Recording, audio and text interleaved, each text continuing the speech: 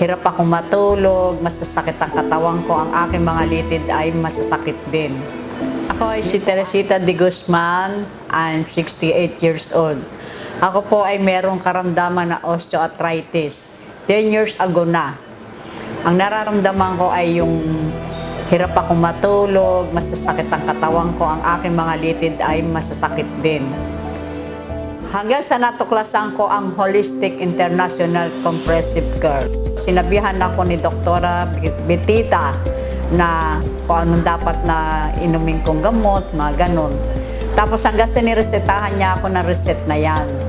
Yan yung aking ginawang maintenance. 2 times ko siyang iniinom at siya yung talaga nakakatulong sa akin. Lahat ng may osteoarthritis ay ini-invite ko po. Ito po ay mula nung ininom ko ay lumakas ang aking katawan at malaking ginhawa sa aking tuhod. Malaki ang ipinagbago. Ako'y nakakalakad ng mas maayos. Magpakonsulta kayo kay Doktora dito sa Holistic International Comprehensive Care.